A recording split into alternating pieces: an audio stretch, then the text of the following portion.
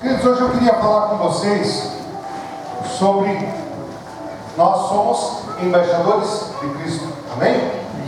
No livro de 2 Coríntios 5:20 diz assim: de sorte que somos embaixadores por Cristo, como se Deus por nós nos exortasse. Rogamos-vos, pois, por Cristo, que vos reconcilieis com Deus. Então nós somos considerados embaixadores de Cristo. E eu procurei, queridos, o significado de embaixador no dicionário. E ele diz assim: substantivo masculino, representante máximo do chefe de um estado, junto de um outro estado. Emissário, mensageiro, representante de um domínio, geralmente de âmbito cultural ou humanitário. Então nós somos representantes de Cristo aqui na terra. Um embaixador, queridos, ele é o representante de um estado ou de um país em outro país. E aonde tem essa embaixada, as leis desse país valem nessa embaixada. Então nós temos a embaixada dos Estados Unidos aqui no Brasil. As leis dos Estados Unidos, no perímetro da embaixada, valem as leis dos Estados Unidos aqui no Brasil. Então nós somos considerados cristãos por quê? Porque nós somos imitadores de Cristo. Nós somos responsáveis por fazer aquilo que Cristo quer aqui na terra, através das nossas vidas. Por isso que nós somos chamados embaixadores, ou por isso que nós somos chamados cristãos. Cristão significa discípulo ou imitador de Cristo. E é sobre isso que eu queria falar um pouquinho com você, queridos. A responsabilidade que você carrega por ser um imitador de Cristo. Gênesis 1:28 diz assim: e Deus os abençoou, e Deus lhes disse: frutificai e multiplicai-vos, e enchei a terra, e sujeitai-a, e dominai sobre os peixes do mar, e sobre as aves dos céus, sobre todo animal que se move sobre a terra. Qual que era o plano original, queridos? Deus fez a terra, Deus fez o Éden, e Deus fez o jardim do Éden. E quando ele colocou Adão e quando ele colocou Eva, o que ele falou para eles lá em Gênesis 1:28? Frutificai, multiplicai, enchei a terra, governem e dominem a terra. Como que eles iam fazer isso, queridos? Deus vinha toda tarde conversar com Adão. Eu fico imaginando Adão o dia inteiro dando nome para bicho, organizando tudo no jardim, fazia um chimarrão no final da tarde, sentava embaixo de uma árvore e falava: esperar Deus para nós trocar uma ideia. Isso é sensacional, queridos. Eu me paro pensando às vezes nisso, eu fico pensando, cara, que experiência Adão tinha. Daqui a pouco Deus está vindo. Vá se arrumar e Eva, que nós vamos trocar uma ideia com Deus. E qual que era o projeto, queridos? Deus vinha, conversava com eles e dizia: eu quero que vocês façam isso, isso, isso. Então eles tinham intimidade, eles tinham comunhão com Deus todas as tardes. Para quê? Para que eles enchessem a terra, multiplicassem e governassem segundo a vontade de Deus. Então esse era o plano original. Vocês vão ouvir a minha vontade, o meu desejo, e vocês vão multiplicar e vão encher a terra. Aí o que aconteceu, queridos? Adão caiu. A Eva foi lá, foi enganada. Adão não foi enganado, Adão caiu porque quis. E a Eva foi lá, foi enganada e acabou o pecado entrando na terra. Aí aconteceu tudo aquilo, o pecado, Adão e Eva foram expulsos do jardim. Aí chegou um tempo em que Deus dá um reset na terra. A maldade aumentou tanto, chegou a um nível tão grande, que Deus decidiu dar um reset na terra. E aí ele escolheu um homem e a sua família. E ele chamou Noé. Quando ele chamou Noé, queridos, a palavra diz assim, lá em Gênesis 9:1, logo após Noé ter saído da arca, Deus falou assim para Noé: frutifiquem, multipliquem e encham a terra. Faltou dois: domínio e o governo. Adão havia perdido lá no jardim. Então depois que o pecado entrou na terra, depois que Adão e Eva foram expulsos, depois que a maldade se aumentou e aquilo foi tão grande que Deus chegou ao ponto e falou assim: basta, eu preciso parar com isso. Ele chamou Noé, seus filhos, as esposas de seus filhos, colocou na arca e o restante morreu. Quando eles saíram da arca, frutifiquem, multipliquem e encham a terra.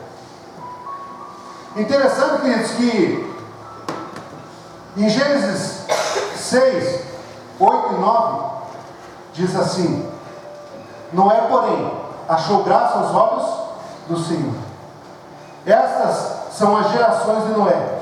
Noé era homem justo e perfeito em suas gerações. Noé andava com Deus. Interessante que nós olhamos para Adão e olhamos para Noé, os dois tinham comunhão com Deus. E os dois andavam com Deus. Então acabamos vendo que esse foi o critério para que Deus chamasse Noé. Noé achou graça aos olhos do Senhor. O Senhor olhou para ele e falou: ele anda comigo, ele tem comunhão comigo. É ele que eu quero, que vai encher e multiplicar a terra, segundo a minha vontade. Porque o padrão era esse, ter comunhão com Deus. Não era o objetivo somente encher a terra, multiplicar e filho. Era fazer a vontade de Deus, aquilo que ele tinha para a terra. Mas aí o que acontece, queridos? Mais uma vez, começa a se alastrar a maldade.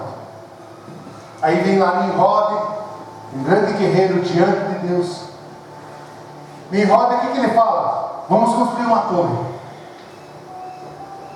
Uma vez, eles morreram afogados. Se nós construirmos uma torre alta, todo mundo sobe lá, ninguém mais morre afogado. Se Deus resolver encher a terra de água, nós estamos tranquilos. Vamos se reunir tudo aqui e vamos ficar juntinhos. Queridos, qual que era a vontade de Deus? Frutifiquem, multipliquem e encham a terra. O que eles falaram? Vamos ficar tudo junto. É mais confortável. Estamos todos aqui juntos. Nós nos organizamos aqui, construímos a torre, ninguém mais vai. Está tudo certo. Resolvido o problema. Mas a vontade era o quê? Encham a terra. O plano de Deus, querido, sempre foi encher a terra, segundo a sua vontade. Esse sempre foi o plano de Deus. Ter comunhão com os homens, para que eles enchessem segundo a vontade de Deus. Mas eles resolveram ficar juntos. E a palavra do Senhor é o quê? Qual é o grande mandamento do Novo Testamento, a grande comissão? Vão e façam discípulos. Só que o que muitos têm feito? Se ajuntado em igrejas. É mais confortável. Ventilador de igreja tem ar-condicionado, nós chegamos lá. Ar-condicionado, som gostoso. Nos reunimos em igreja. Vamos encher a terra segundo a vontade de Deus para quê? É tão mais confortável, ovelha com ovelha, né? Melhor, mais quentinho, mais agradável. Lá em Mateus, queridos, 28, 19 e 20. Diz assim: portanto, vão e façam discípulos de todas as nações, batizando-os em nome do Pai, e do Filho e do Espírito Santo, ensinando-os a obedecer tudo o que eu ordenei a vocês. Eu sempre estarei com vocês até o fim dos tempos. Queridos, o líder, eu já ouvi muitas pessoas falando disso. Eu não sou líder, eu não preciso fazer discípulos. Discípulos é para o pastor ou para o líder. Esse versículo se aplica só para eles, para o pastor ou para o líder. Para mim, não, eu não sou líder. Mas o líder, queridos, é para mim e é para você. E uma ideia que foi criada, e eu tinha isso, quando eu era mais novo eu tinha isso. Nossa, o ID é para mim ir para fora. Eu não queria ir para a África. Eu não queria sair para fora. Cris, mas a maior definição do ID é o quê? Indo. Indo no teu trabalho, você faz seus discípulos. Indo dentro da tua casa, você faz os seus discípulos. Você tem discipulado os seus filhos? Pastor, eu não sei o que é discipular. Eu não faço nem ideia do que é discipular.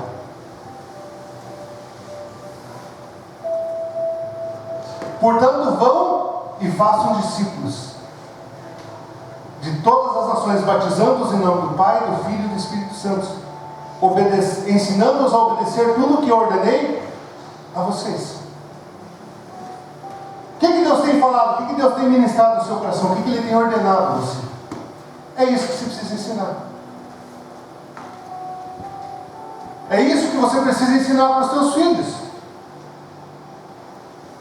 Os teus filhos, a tua família, são os teus primeiros discípulos. Interessante, queridos, a minha irmã, ela é corredora profissional. E ela começou a correr porque ela era modelo e ela precisava perder algumas medidas, e começou a correr, pegou o gosto pela corrida e começou a crescer, e ela se tornou uma corredora. O que aconteceu? Ela acabou influenciando o meu pai. Tem quase 60 anos. E ela acabou influenciando ele. E hoje ele é um corredor. E ele está correndo. E corre bem. Interessante, eu até estava brincando essa semana, queridos, que ele tem o cabelo branquinho já. E o cabelo dele está começando a ficar preto. Eu falei, nunca vi dessa, eu sempre vi o preto e fica branco. Eu falei, deve ser por causa da corrida. Então fica a dica aí para quem tem o cabelinho branco. Mas ela fez o que? Ela fez um discípulo. E ele se tornou um discípulo dela. Ele está reproduzindo aquilo que ela tem ensinado para ele. Quando ele tem levantado de manhã para correndo, ele corre dia de chuva. E o que aconteceu? Eles acabaram influenciando o meu irmão, Charles. E ele está correndo. Hoje ele foi correr 5 km, uma corrida em Curitiba. Isso é discipular. Ensinar aquilo que ele tem nos ensinado. E isso é qualidade de vida. Corrida não. É melhor a oração. Para muitos, queridos, é melhor meia hora de corrida do que meia hora de oração. Então, isso fica para você pensar, como você tem discipulado os teus filhos dentro da tua casa? Marido, como você tem discipulado a sua esposa dentro da sua casa? Será que você tem sido realmente um embaixador? Será que você tem realmente sido um cristão dentro da sua casa? O ID não é sair para fora do país, não é sair para fora do Brasil, não é ir para outro estado. O ID no teu dia a dia. Se você parar aí 5 minutos para pensar, quantas pessoas que trabalham junto com você que não conhecem Jesus? Eu estava conversando com uma pessoa ontem, eu acho, e ela falando assim, onde eu trabalho eu tinha muita fofoca. Tanto que ela falou o nome que eles usavam lá da fofoca. Era muita fofoca no local de trabalho dela. E quando ela entrou, ela falou assim, não, isso acaba aqui, acaba em mim. Eu não faço mais isso. Se alguém fazia, está tudo certo, mas eu não faço. E o que aconteceu? As pessoas têm ido se aconselhar com ela. E ela está discipulando essas pessoas. Porque ela tem sido uma imitadora de Cristo. O problema é que nós nos comportamos como imitadores de Cristo dentro da igreja. E é fácil, queridos. É muito fácil, é muito simples. A grande questão é como que nós temos sido na segunda-feira. O pastor já deve ter falado aqui do Evangelho da segunda-feira. Será que nós temos vivido o Evangelho da segunda-feira? Será que nós temos nos portado como embaixadores de Cristo na segunda-feira? Uma grande questão que você vê são filhos não quererem seguir a profissão dos pais. Já vi muito disso. Eu não quero ser como meu pai. Meu pai trabalha com isso, não, mas eu não quero ser. Por quê? Eu não quero ser pastor como meu pai é. Por quê? Porque veio os pais reclamando. Mas se meu pai sofre, eu não quero ser como ele. E quantos casos eu já vi, talvez você já tenha presenciado isso, dos filhos não querer seguir o caminho dos pais. Algum tempo atrás, minha filha mais velha chegou para minha esposa e falou assim, mãe, eu quero ser pastor assim como você é. Aquilo, meu coração transbordou de alegria, dela, então nem se fala. E eu fiquei pensando, Eu tenho conseguido discipular as minhas filhas. Temos nossas dificuldades, muitas, queridos. Muitas, 3 meninas, quando elas tiram para ferver, não é fácil. Aliás, lá em casa são 4 mulheres e 3 cachorras. Então se imagine como que eu fico. Mas, queridos, nós precisamos discipular os nossos filhos. A grande questão é que hoje o celular tem discipulado os nossos filhos. Está quietinho, deixa que fica. Está com o celular, não tem problema. Tanto que fique quietinho para mim fazer meu serviço, está tudo certo. E a internet está discipulando com muito prazer, queridos. Com muito prazer. Eu fiquei indignado esses dias, eu estava vendo alguns versículos na internet e do nada, queridos, começou a vir imagem e eu falei, eu não acredito nisso. Então o ID, queridos, é para mim e para você. Todos os dias nós estamos indo, aonde nós estivermos, nós estamos fazendo discípulos. E quantas pessoas chegaram para mim hoje dizendo assim, nossa, há muito tempo eu fico olhando para você dizendo, tomara que meu filho seja igual a você. E nós não observamos isso, queridos, mas nós estamos todos os dias sendo a referência de alguém. E talvez existem pessoas que nós estamos discipulando até mesmo sem nós sabermos. Mas pelo nosso estilo de vida, como nós levamos o nosso dia a dia, nós estamos discipulando pessoas.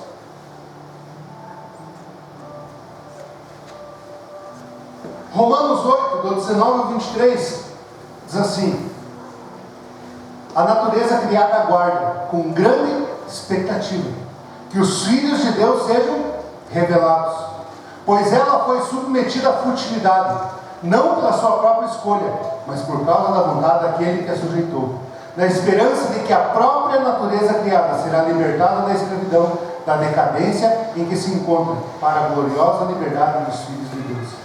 Sabemos que toda a natureza criada geme até agora, como em dores de parto. E não só isso, mas nós mesmos, que temos os primeiros frutos do Espírito, gememos interiormente, esperando ansiosamente a salvação, como filhos, a redenção do nosso corpo. Interessante, queridos, que a referência em que Paulo faz aqui, a natureza ela aguarda com grande expectativa e ela geme com dores de parto. Então as mulheres que já tiveram parto normal, a dor, os homens que já tiveram dor de cabeça também sabem como que é parecido. Tamanha dor. Quando o escritor ele coloca sobre as dores de parto, queridos, quantas e quantas pessoas têm gemido com dores de parto, esperando que nós nos manifestemos como os filhos de Deus. As pessoas têm esperado ansiosamente para que eu e você nos levantemos e nos posicionemos para fazer discípulos.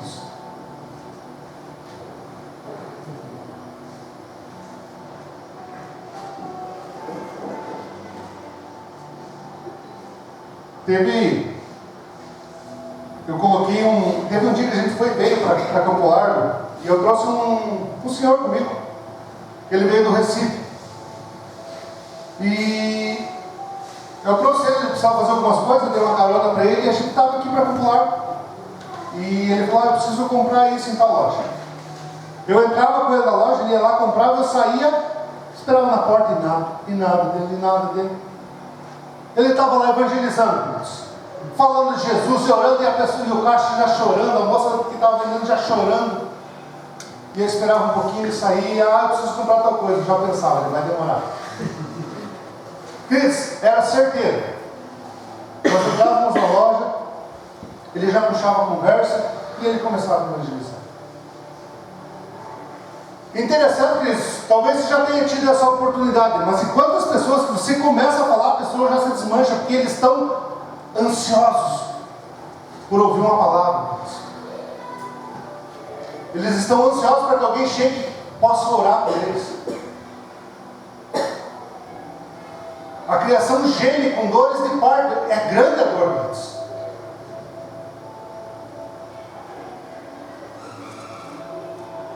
E Quando fala, queridos, eu fui muito ministrado um dia por esse exemplo que eu vou dar agora, porque fala que eles têm a esperança de que alguém se levante para levar uma palavra. E eu vendo sobre o poder da esperança, queridos. Deixa eu achar o nome dele aqui, um cientista em 1950, cientista Kurt Hitcher. Ele fez uma experiência com ratos, em que ele pegou alguns baldes com água, e ele encheu aqueles baldes d'água, e ele colocou esses ratos dentro d'água, para nadarem. Então teve ratos que nadaram ali alguns segundos e morreram, alguns levaram 2, 3 minutos, e eles nadaram em média 5 minutos. Esses ratos estavam nadando dentro desses baldes. E aí ele pegou e fez o mesmo experimento para provar o poder da esperança. Ele pegou outro balde com água e ele colocou alguns ratos lá dentro. Quando esses ratos já estavam cansados, quase morrendo, ele ia lá, tirava esses ratos, secava, dava alimento, deixava eles descansar e colocava dentro do balde com água novamente. Queridos, interessante que um dos ratos, a média foi 60 horas. Um dos ratos nadou 81 horas sem morrer. Porque ele tinha a esperança de ser retirado daquela água, secado e tinha alimento. E quantas pessoas têm essa esperança? Nós estávamos em um retiro de jovens, alguns anos atrás, com a minha esposa, e eu tocando lá na frente, na hora do louvor, e os jovens na frente, alguns já começaram a cair, e outros foram batizados com o Espírito Santo. E eu chamei minha esposa e falei, ora por aquela menina. Eu não lembro se ela já estava caindo no chão ou não, mas a minha esposa foi orar. E eu gosto de estar tocando aqui na frente, porque eu fico vendo tudo de camarote. Então o que está acontecendo, eu acho muito massa o mover do Espírito Santo. Eu acho muito legal pessoas sendo libertas. Então eu estava ali olhando, minha esposa orando, ela estava deitada no chão, a moça, e ela orando. E depois ela levantou, deu um abraço à minha esposa, terminou o culto. No final do culto ela veio para minha esposa e falou assim: muito obrigado por você ter orado por mim. Porque lá em casa eu deixei tudo prontinho para mim chegar e me enforcar. A corda está pronta, está tudo certinho. Eu ia chegar em casa e eu ia tirar a minha vida. Muito obrigado por você ter orado por mim. E quantas vezes, queridos, nós ficamos: mas eu vou orar para quê? Para que eu vou sair da minha zona de conforto?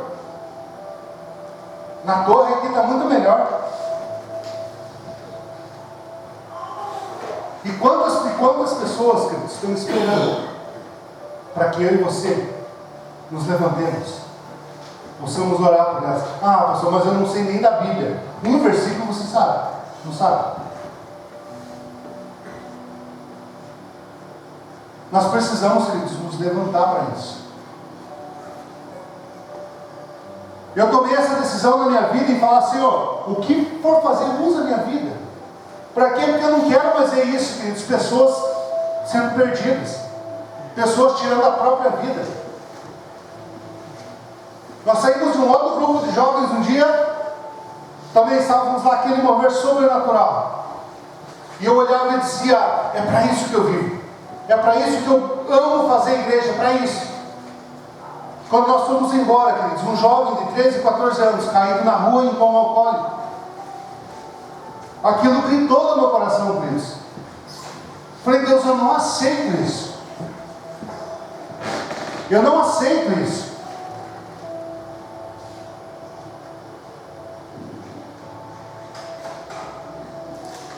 Nós temos nos ajuntado, queridos, em torres, buscando conforto. Nós queremos viver algo diferente, mas nós não queremos pagar o preço. Lembra aquele avivamento que aconteceu algum tempo atrás em Asbury? Aquela igreja onde as pessoas começaram a ser tocadas. Queridos, no meu coração eu pensava assim: se eu tivesse dinheiro eu ia para lá. Como eu queria ir lá experimentar aquilo? E algumas pessoas chegavam e diziam: eu queria ir para lá, eu queria ir para lá. E talvez se eu perguntasse para muitos de vocês: quem queria ir para lá experimentar isso? Todos me erguem a mão. Puxa, o sobrenatural. Aí você fala nos avisos: tem reunião quarta-feira às 8 horas da igreja.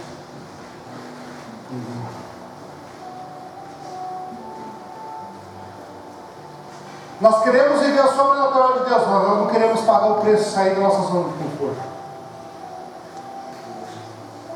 Nós queremos experimentar a boa mão do Senhor, desde que eu não precise sair da frente do meu sofá e da minha TV. Uma Netflix e uma pipoca é melhor. Nós passamos por um tempo, queridos, em que nós estávamos tanta correria. Eu falei: pastor, eu não quero mais. Chega, para mim, Deus. Aí o pastor falou assim: vamos sentar e conversar semana que vem. Faz para mim uma lista da tua agenda pessoal e da tua agenda ministerial. E nós sentamos, eu com a minha esposa, e começamos a fazer a nossa agenda ministerial. Nós temos isso, tal dia. Nós tínhamos um dia livre à noite a cada 15 dias. Discipulado, casais jovens, ministração, louvor, muitas coisas. E nós fomos fazer a nossa agenda pessoal. E nós nos olhamos e nós não tínhamos agenda pessoal. Nós estamos vivendo para o reino. E naquele momento nós pensamos assim: o que nós estamos fazendo de querer parar tudo? Falei para minha esposa: os nossos discípulos, os casais que nós estamos discipulando, vamos passar para quem? O nosso grupo familiar. Para quem que nós vamos passar? Para nós temos mais um tempo para descansar deitado no sofá? É muito importante, queridos, ter um tempo como família. É muito importante. Muito importante. Mas o problema é que muitos de nós somos levados a buscar somente isso. O nosso conforto. Só isso. E nós chegamos e pensamos assim: não vamos abandonar. Deus restaurou as nossas forças e nós continuamos fazendo discípulos. Ontem, queridos, nós estávamos... Ontem tinha aquele retiro de casais que nós estávamos anunciando. E nós estávamos lá e foi chamado um casal para frente para fazer uma dinâmica. E nós pudemos ver, queridos, esse casal destruído. Nós vimos aquele casal destruído. E ontem vi eles na frente, ministrando para casais. Eu falei: é isso. Vale a pena. Vale a pena. Cris, eu cheguei na casa deles. Quando eu cheguei do trabalho, minha esposa falou: olha, eles estão com problemas. E eu cheguei na casa deles para conversar. Ele estava com a mochila pronta. As mãos estão saindo. Não quero mais. E eu falei para ele assim: vamos conversar. A gente sentou, conversou. Eu cheguei em casa e falei: Deus, eu não aceito. Eu não aceito. Deus, me dá a estratégia. Eu não aceito. Eu não aceito. E nós começamos um processo de restauração na vida deles. Discipulado, acompanhando. Às vezes estava em casa, vamos lá. E ontem, queridos, aquilo para mim, eu olhei para minha esposa, ela estava radiante de alegria. E vi eles lá na frente, ele pegando o microfone, queridos, aquilo foi sobrenatural. Eles podendo ministrar casais. E é sobre isso eu poderia muito bem estar na minha casa. Eu já tinha meus discipulados, já tinha grupo familiar, já tinha... Por que eu vou arrumar mais uma coisa? Só que a grande questão é que nós precisamos nos levantar, porque pessoas estão gemendo com dores de parto.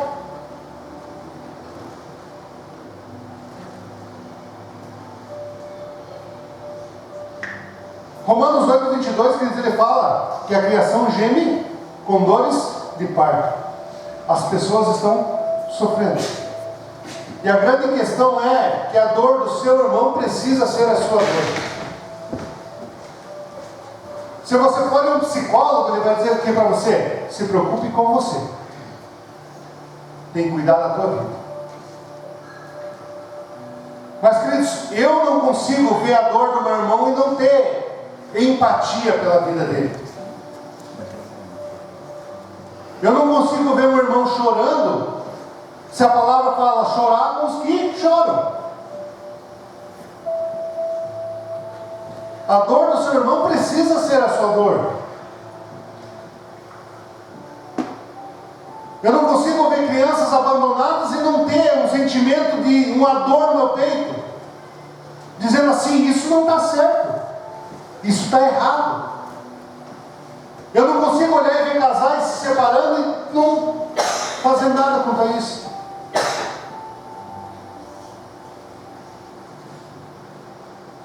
Neemias, queridos, 3 e 4 diz assim: e eles me responderam: aqueles que sobreviveram ao cativeiro e estão lá na província passam por grande sofrimento e humilhação. O muro de Jerusalém foi derrubado e suas portas foram destruídas pelo fogo. Quando ouvi essas coisas, sentei-me e chorei. Passei dias lamentando, jejuando e orando ao Deus dos céus. Neemias, ele era copeiro do rei, queridos. Ele tinha uma vida tranquila, sombra e água fresca. Ele cuidava da alimentação do rei, ele comia do bom e do melhor. Mas quando chega para ele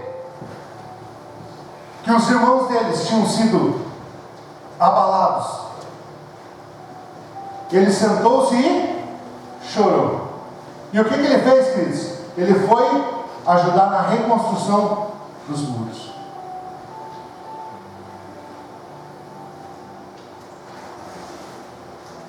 Quantas e quantas vezes, queridos, você já ouviu o relato de alguém: puxa, o casal fulano se separou? Nós ouvimos esse relato, a primeira coisa que vem: mas também aquele cara é um sem vergonha. Mas também ela deu motivo. E nós acabamos julgando. E nós não temos essa dor, porque para mim isso dói demais, queridos. Assim como Neemias, ele estava bem estabilizado, estava tranquilo.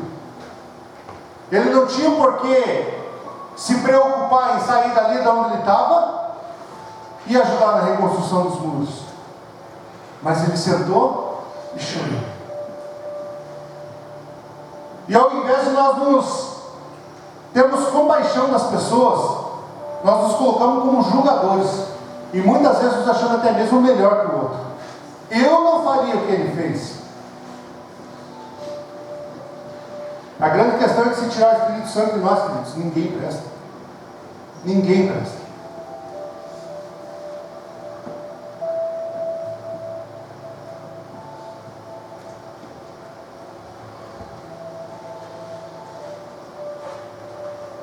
Precisamos ser mensageiros da esperança e não mensageiros de Satanás. Quando pessoas se aproximam de nós, elas estão atrás de esperança. Precisamos ser ministradas, ser discipuladas. Nós precisamos expandir o reino, Cristo, e ter o foco na restauração. Como embaixadores de Cristo, nosso papel é o que? Expandirmos o reino de Deus nessa terra, segundo a vontade de Deus. Eu e você precisamos ter comunhão com Deus todos os dias, no nosso devocional diário. Porque pessoas precisam ser ministradas. Eu e você precisamos discipular pessoas no nosso dia a dia, queridos.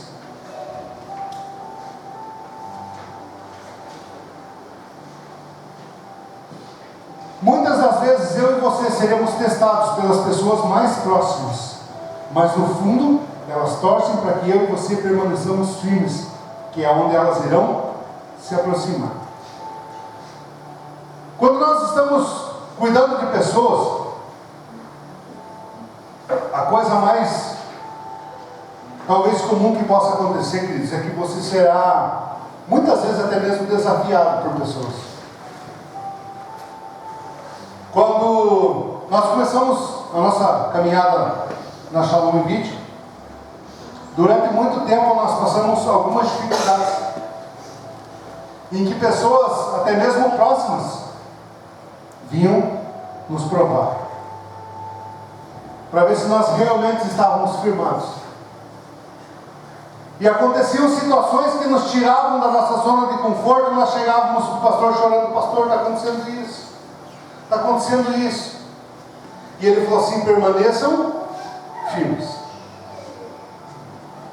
E isso talvez seja muito comum, queridos, na tua vida, porque as pessoas elas vão testar você, mas no fundo o desejo do coração delas é que ele permaneça firme. Porque as pessoas têm buscado pessoas de referência, onde eles possam ser ministradas e onde eles possam encontrar a esperança de algo que tenha vindo através das nossas vidas.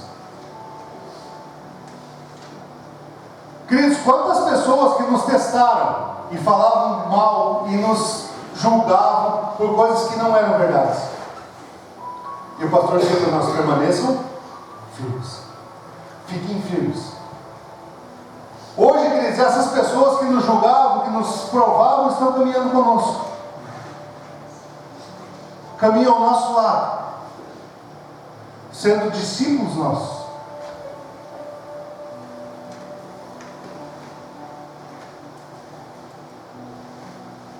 Mateus 28, 19 e 20. Portanto, vão e façam discípulos de todas as nações, batizando-os em nome do Pai, do Filho e do Espírito Santo, ensinando-os a obedecer tudo o que eu ordenei a vocês.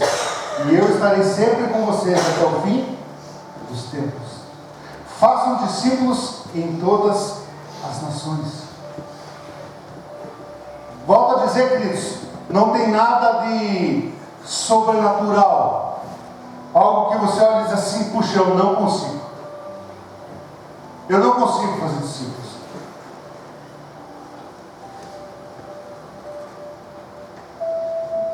Caminhar com pessoas, tenha experiência de mesa com pessoas, ensinando a obedecer tudo o que você tem aprendido. Queridos, algo que ministrou muito, tanto a minha esposa quanto a mim, foi a questão da experiência da mesa. Tenha a experiência da mesa com pessoas. Sente-se à mesa com pessoas. Eu tive a oportunidade de assistir aquele filme A Forja, não sei quantos já assistiram.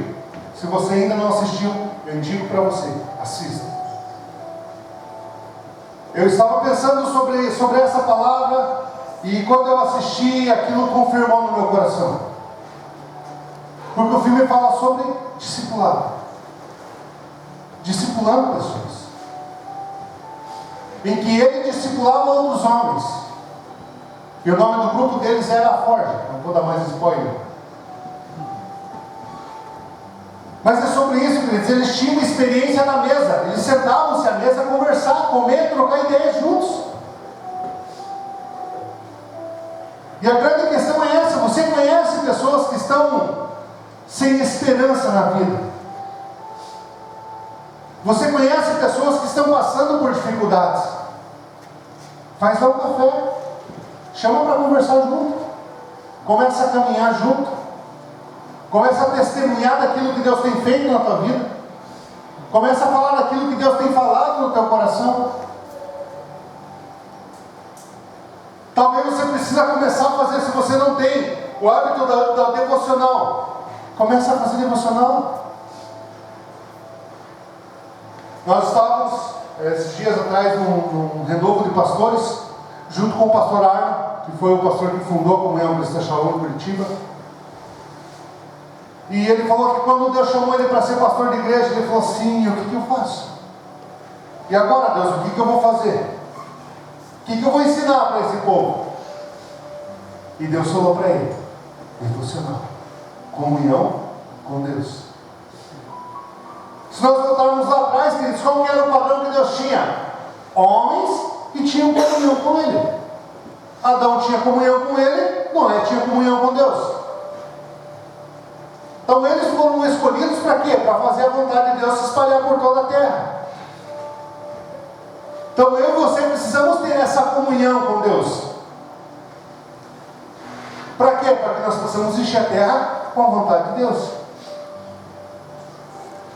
Por que 33, segundo os estudos, 33% da população se diz evangélica? É 1/3. Queridos, com 1/3 nós mudaríamos.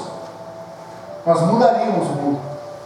1/3 de cristãos, embaixadores, verdadeiros cristãos, que vivem o evangelho da segunda-feira, que estão discipulando pessoas. Se esse 1/3 da população discipulasse mais mais da metade seria cristãos. De homens e mulheres cheias da vontade de Deus, sendo direcionadas por Deus.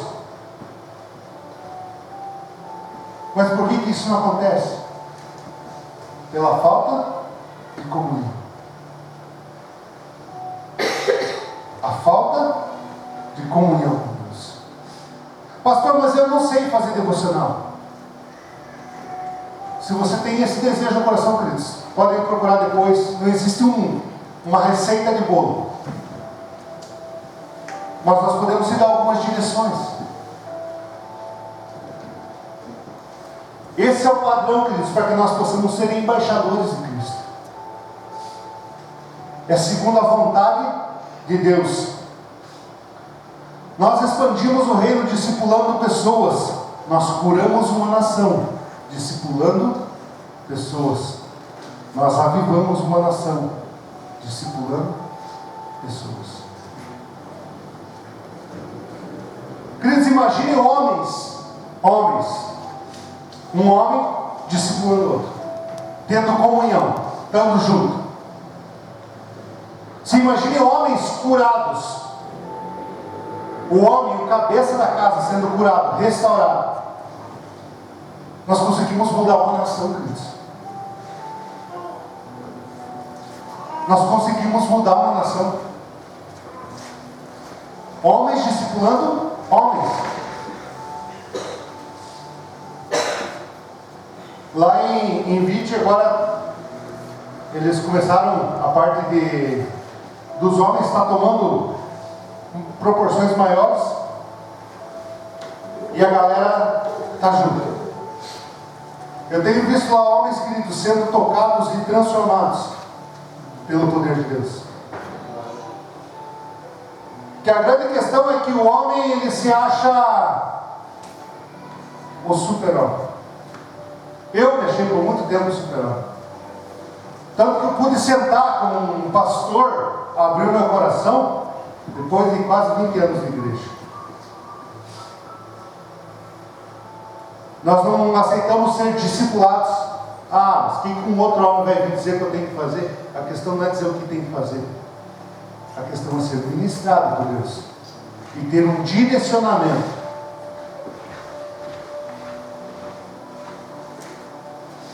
Lembra lá quando Jesus fala a Pedro, lá em João 21, fala: Pedro, tu me amas? Apacenta as minhas ovelhas. Jesus perguntou 3 vezes: Pedro, tu me amas? Apacenta as minhas ovelhas. Por nós amarmos a Jesus, nós cuidamos de pessoas, queridos. Quantas vezes eu já ouvi a frase assim: é melhor lidar com bicho do que lidar com pessoas. Principalmente na Emitibarçu, que o forte é leite. Quantas pessoas já falam assim: eu prefiro lidar com vaca do que lidar com pessoas. Mas é porque nós amamos a Jesus, nós cuidamos de pessoas. E é isso que precisa cair no teu coração. Se você ama Jesus, você cuida de pessoas. Talvez você precise orar e dizer: Deus, traz ao meu coração alguém que eu preciso me aproximar para tornar um discípulo. Traz ao meu coração alguém que eu preciso me aproximar para caminhar junto.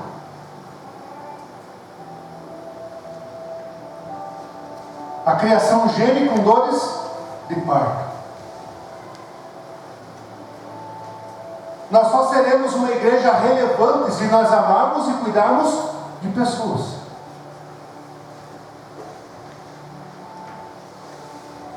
E para isso nós precisamos ter a comunhão, queridos. Por isso que o nome da igreja é Comunhão Cristã Shalom. E nós temos a seguinte frase e a visão: ser como Ele, servir como Ele. Para nós sermos como Jesus, precisamos ter comunhão com Ele, nos aproximarmos dele, sermos imitadores dele, para que nós possamos servir como Ele. E nós precisamos servir pessoas como Ele. Por isso, líder, continue nesse trabalho, servindo pessoas. Tem horas que dá vontade de jogar tudo para cima, mas continue amando pessoas, continue servindo pessoas. Se você ainda não é líder, se aproxime de alguém, comece a discipular alguém, comece a cuidar de pessoas, comece a amar pessoas, comece a ter empatia com a dor das pessoas. Para terminar, queridos, Isaías 52, 7. Como formosos são sobre os montes os pés do que anuncia as boas novas, que faz ouvir a paz do que anuncia o bem, que faz ouvir a salvação do que diz a Sião: o teu Deus reina. Interessante, queridos, que ele fala: como é bonito alguém que anuncia o Evangelho. Quão formosos são os pés daquele que vai anunciando as boas novas. E esse chamado, queridos, do ID é para mim e para você, hoje. Indo. Talvez ainda hoje você tenha a oportunidade de falar daquilo que o Senhor tem feito na tua vida para alguém.